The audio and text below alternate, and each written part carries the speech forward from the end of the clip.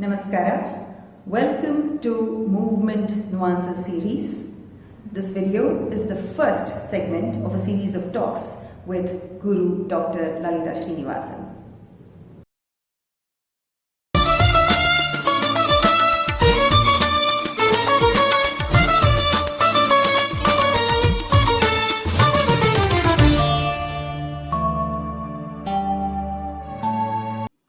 Namaste, Auntie. Welcome to Movement Nuances series. Namaste. I'm very thrilled that you are part of the series, and finally, I'm Nice glad you that have you're here. invited me for this. I'm very glad, and I hope it will be interesting for everybody. Definitely. So, before we go into all the works that you have created in all these years, I mean, you've created so many works, and I've been part of so many of those works.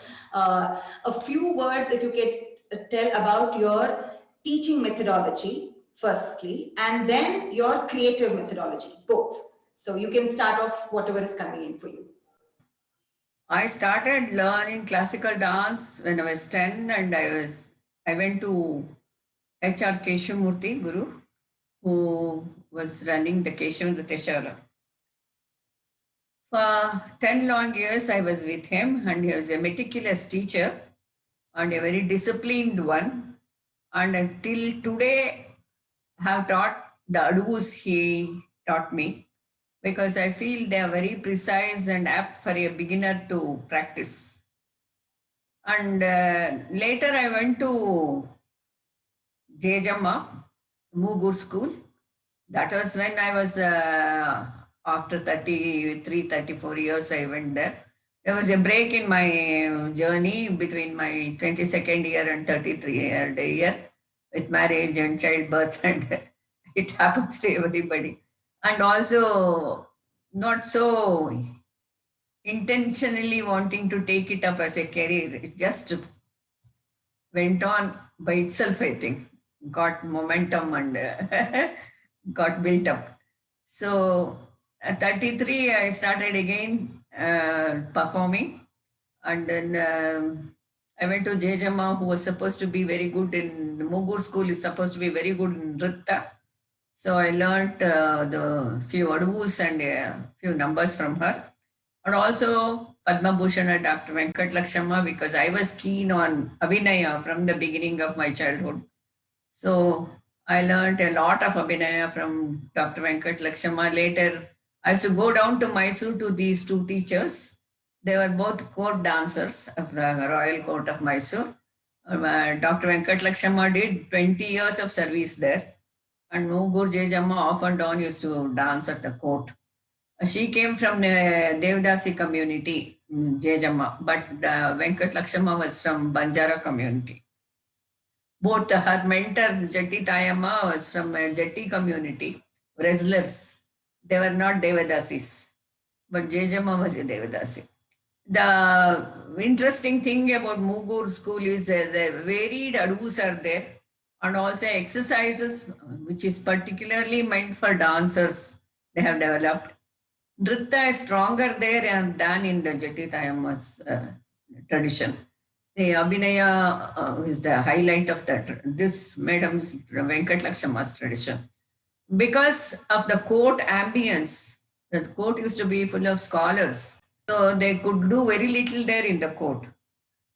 That's why Abhinaya took the prominence, because they enjoyed the lyrics and the meanings of that, and from varied texts like Krishna Karnamrita, Gita Govinda, Marushataka, all that they used to dance, but and also some Bhakti Gitas and Churnikes and all those things, traditions are there.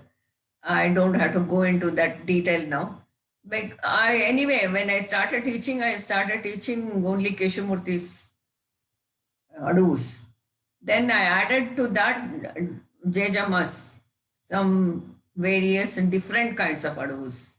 From then on, after learning from these teachers, and I started Nupura in 1978, and of course, I started, as I told you, Guru Keshavamurthy's, I started teaching.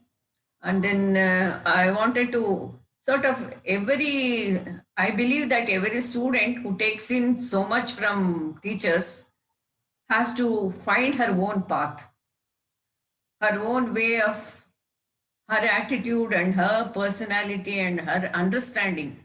You take in absorb the teaching of your gurus and then strike your own method of dancing.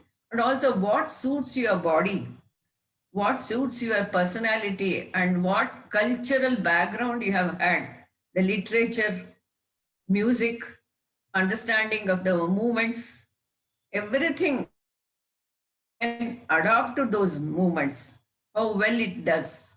All this matters when you want to do creative work, I think. So initially I didn't do much. As Keshamurthy used to do a lot of dance dramas, I also was attracted to that.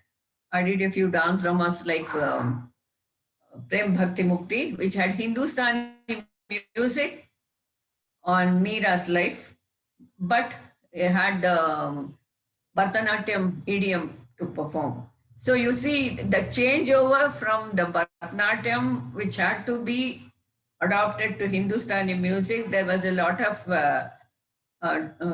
sort of, I had to think how to put it together. So there comes your choice of movements also. And then when I did the Chitrangada of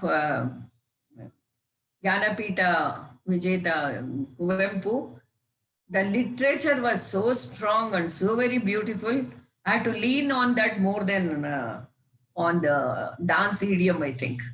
And also you can't, when you do dance dramas, I don't think you can strictly adhere to classical idiom. There are so many situations or what should I say, so many requirements where you have to adapt yourself to those things.